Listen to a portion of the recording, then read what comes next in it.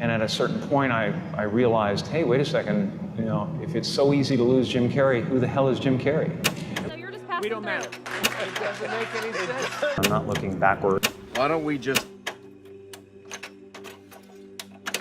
It was more like you're supposed to say, you know, we're important, and you're supposed to say it's all going to be all right, and you're supposed to say that, you know, whatever you dream can come true, and you're supposed to say all those things. I do believe in manifestation, power of that kind of stuff, but I don't believe that any of it matters. You know, this mattering is to me a human construct, born out of a need, the same need as you have to have, you know, deities and things like that. I mean, I believe in an energy of God, an energy of, you know, everything is divine. You know, there's no thing that isn't divine. Everything is divine, and I'm that. And it doesn't matter to me what's happening. I'm finding that ultimately the freedom from it is something people are kind of hungry for in a way. Right. They're like, I don't want to be me either. Right. You know, and I go, well, great, because you never have been.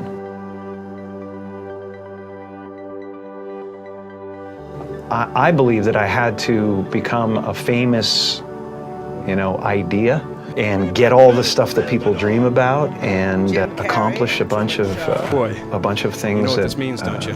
You know, that look like success in order to give up my attachment to those things. It's been a part of the evolution of ego is to spend your first half of your life acquiring and adding, thinking you can add to yourself, and it looks great. I mean, it looks great when you got a cool car and you got good, nice clothes, and you know, and you've done something that people admire, but it can never fulfill you. You can never be happy. You know what I mean? It's not where happiness comes from. And you know, I dealt with depression, you know, a few years ago, and people still think, well, he's going through, you can tell he's depressed. It's not. I have no depression in my life whatsoever. Literally none.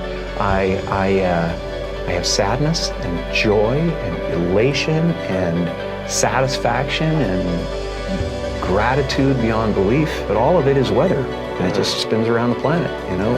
It doesn't sit on me long enough to kill me. The happy place is realizing that you're everything, you know, and that there's no real you involved in the first place. You know, it's a weird little semantic jump that you make where it sounds like, well, that's totally fucking threatening, man. I can't not be me. I've built this construct. And it's just ideas. Right. They're just ideas. You know, the only thing that separates you from an African American or an African Canadian is an idea. You know, and the weather, the adaptation to the climate, and whatever it is, I don't believe in any of it. And so the feeling of wholeness is a different feeling than meanness. They're all characters that I played, including Jim Carrey, including Joel Barish, including any of those things. They're all characters. You know, Jim Carrey was a less intentional character, right? Because I thought I was just building something that people would like, but it was a character, you know. So it's, you know, I played the guy that was free from concern so that people who watched me would be free from concern. You know, and then at a certain point you go like, okay, well, that's great, but you know, it's like the one thing, like people talk about depression all the time. The difference between depression and sadness is just, you know, from happenstance, whatever happened or didn't happen for you, or you know, grief or whatever it is. And depression is your body saying, fuck you, I don't want to be this character anymore. I don't want to hold up this avatar that you've created in the world. It's too much for me. Right. You know? And you should think of the word of depressed as deep rest. Deep rest. Your body needs to be depressed. It needs deep rest from the character that you've been trying to play. You know? The great and powerful Oz. I'm the great and powerful Oz. How dare you come near me?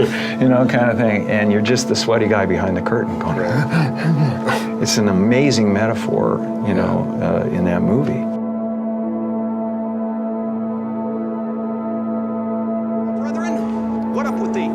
Liar! You know what I'm gonna do about this? It's a pretty name, though. It really is nice. It means merciful, right?